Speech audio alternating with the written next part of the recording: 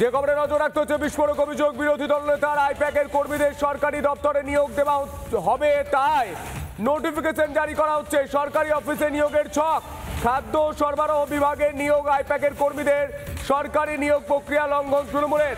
সরকারি কোষাগার থেকে বেতন আইপ্যাকের কর্মীদের। খাদ্য সরবরাহ বিভাগের বিজ্ঞপ্তি প্রকাশ করে অভিযোগ মমতার বিরুদ্ধে। অভিযোগ শুভেন্দু অধিকারী, তৃণমূলের হয়ে কাজ করলেই মিলবে সরকারি বেতন। আইপ্যাক একটি বেসরকারি সংস্থা যা তৃণমূলের স্ট্র্যাটেজি মেকারের কাজ করে। সেই সংস্থার কর্মীদের সরকারি জায়গায় চাকরি করে দেওয়া হচ্ছে, অথচ বাংলার তরুণ প্রজন্ম যোগ্য চাকরি প্রার্থীদের চাকরি নিয়ে রাস্তায় বসে আছে। কি অভিযোগ করেছেন রাজ্যের বিরোধী দলনেতা শুভেন্দু অধিকারী? শুনবেন।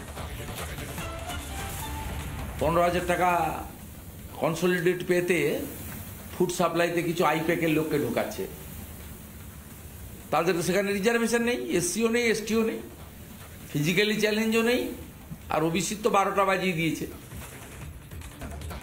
শুভেন্দু অধিকারী বিস্ফোরক অভিযোগ করছেন। তিনি বলছেন আইপ্যাক কর্মীদের সরকারি দপ্তরে নিয়োগ করা হবে, তাই সরকারি অফিসে নিয়োগের ছক কষছেন মমতা। খাদ্য সরবরাহ বিভাগের নিয়োগে আইপ্যাক কর্মীরা থাকছেন।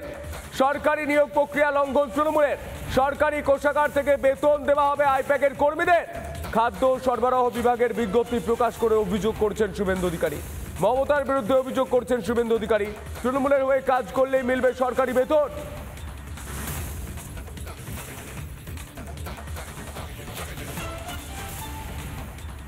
আর এই বিষয় নিয়ে বিজেপি বিধায়ক শঙ্কর ঘোষের সঙ্গে আমরা কথা বলার চেষ্টা করবো। টেলিফোন লাইনে রয়েছেন শঙ্করবাবু, কি বলবেন? আইপ্যাকের কর্মীরা, তারা যদি আইপ্যাকের কর্মী হয় সরকারি চাকরি পাবে, অথচ বাংলার মেধা যুক্ত ছেলেরা, যুব সমাজ, তারা রাস্তায় বসে থাকবে। দেখুন না, রাজ্যটাকে রাজ্যের বর্তমান মুখ্যমন্ত্রী বেছে দিয়েছেন, তৃণমূল দল হিসাবে বেছে দিয়েছেন। এবার রাজ্যের যুব সমাজ এবং ছাত্র সমাজকেই সিদ্ধান্ত নিতে হবে। মাঝে মাঝে এটা আমার মনে হয় যে বাংলা প্রতিবাদের দিক থেকে স্বাধীনতা পূর্বে বা পরে তারা বিভিন্ন সময় যুগান্তকারী আন্দোলনের জন্ম দিয়েছে। সেই বাংলা তথা কলকাতায় কোথাও সেই প্রতিবাদের চেহারাটা হারিয়ে গিয়েছে। সেই জায়গাটা নিশ্চিতভাবে পৌঁছে দেওয়ার দায়িত্ব বিরোধী দলের।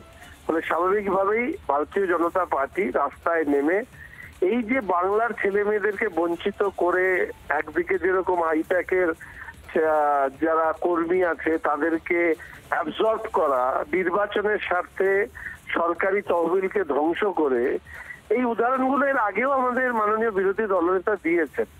এই আমাদের দায়িত্ব, আমরা নিশ্চিতভাবে এই ধরনের অন্যায় কাজকে জনগণের সামনে তুলে ধরা এবং অবশ্যই জনগণকে বিচার করতে হবে কোনটা সঠিক কোনটা বেঠিক। আইপ্যাকের ছেলেমেয়েরা এসে চাকরি করবে না বাংলার মেধাবী ছাত্রছাত্রীরা রাজ্যের চাকরি করবে, সেটা তো জনগণকে সিদ্ধান্ত নিতে হবে নির্বাচনের মধ্যে দিয়ে। বেশ, আপনাকে অসংখ্য ধন্যবাদ আপনার গুরুত্বপূর্ণ সময় আমাদের দেওয়ার জন্য। শঙ্কর ঘোষ তিনি বলছেন বাংলার মানুষ বিচার করবে, ভোটের মাধ্যমে এর বিচার হয়ে যাবে।